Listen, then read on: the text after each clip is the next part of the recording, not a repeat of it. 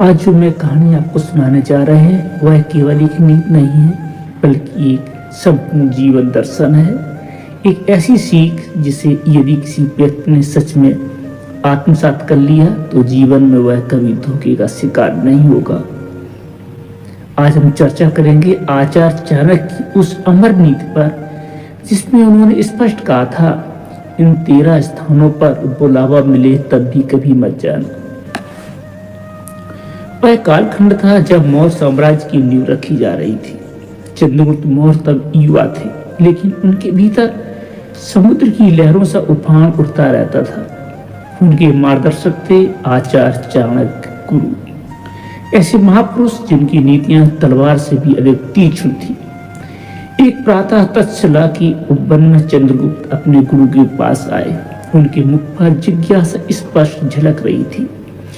उन्होंने विनम्रता से प्रश्न किया, गुरुदेव, हम विजय भी प्राप्त कर सकते हैं, धन भी अर्जित कर सकते हैं, पर यह कैसे पहचाना जाए कि कौन सी जगह, कौन से लोग हमारे लिए शुभ है और कौन से विनाश का कारण बन सकते हैं।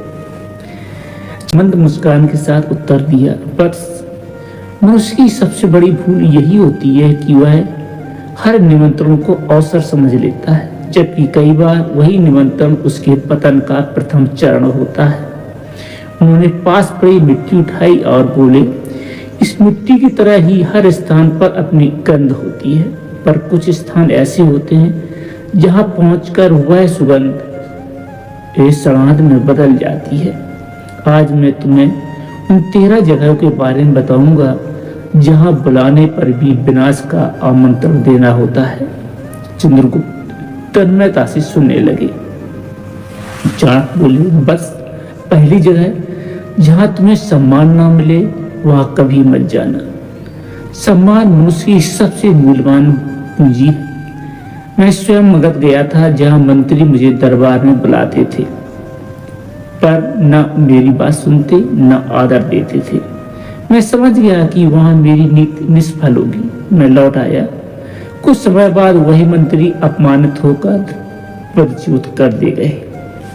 चंद्रगुप्त ने पूछा, गुरुदेव, तो क्या हमें हर स्थान पर सम्मान की खोज करना चाहिए? चाणक्य बोले, नहीं, बस जहां आत्मसम्मान रौंदा जाए वहां रुकना स्वयं के धर्म का अपमान है।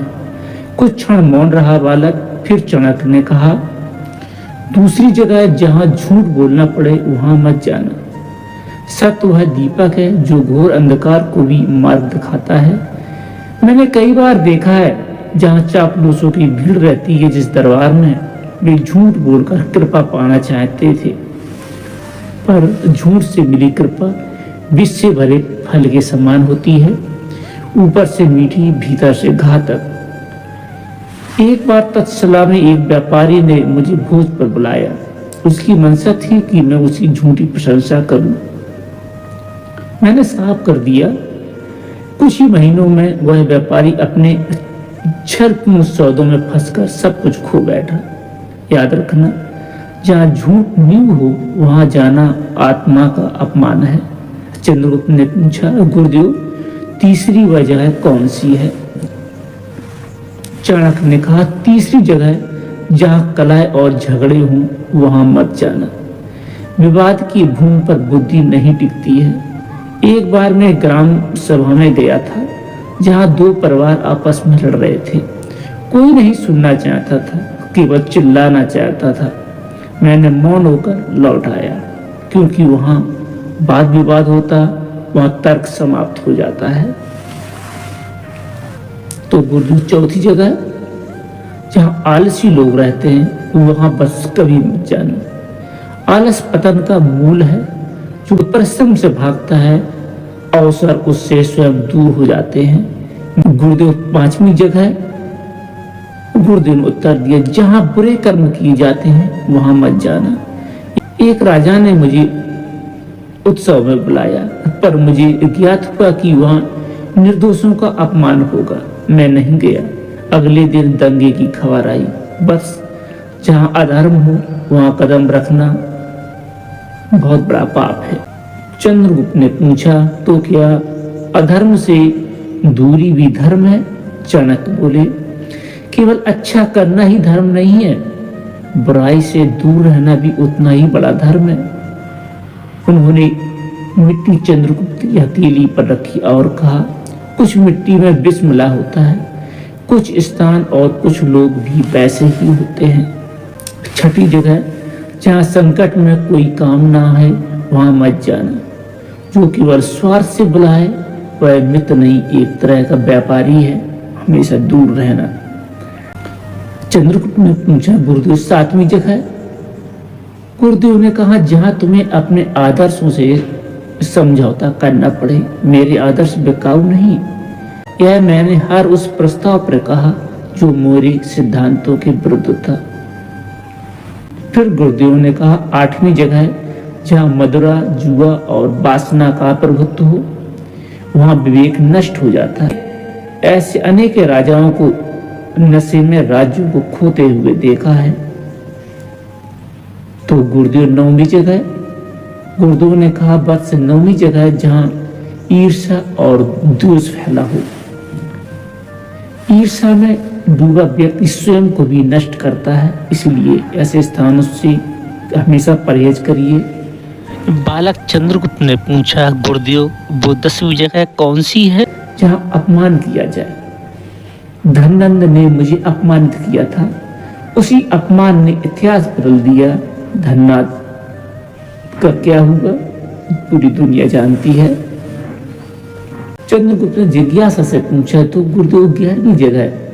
गुरुदेव ने कहा, बस 11वीं जगह, जहां ज्ञान का अपमान हो। ज्ञान का अनादर अंधकार को जन्म देता है। फिर चाणक्य बोले, 12वीं जगह वत्स, जहां अधर्मी शासक हो। धननंद की दावत में जाना अधर्म में सहभागी बनना था, इसलिए मैंने ठुकरा दिया। गुरुदेव ने कहा, बस 13वीं जगह, जहां सिद्धांतों के विरुद्ध झुकना पड़े। पद खोना हानि नहीं, सिद्धांत खोना आत्मा की मृत्यु है। चंद्रगुप्त ने उस रात निर्णय लिया, वह किसी अधर्मी के चरण नहीं छुएगा। वही निर्णय उसके उत्थान का आधार बना। अंत में चाणक्य ने कहा, हर व्यक्ति के जीवन में एक तक्षशिला होती है जहां वह सीखता है, और एक मगध जहां उसकी परीक्षा होती है। याद रखना, बस हर बुलावा अवसर नहीं होता है, कुछ बुलावे विनाश का द्वार खोलते हैं। जो इन 13 जगह को पहचान लेता है वह चंद्रगुप्त बनता है, जो नहीं पहचानता है वह धननंद बन जाता है। और यही जीवन की सबसे बड़ी नीति है।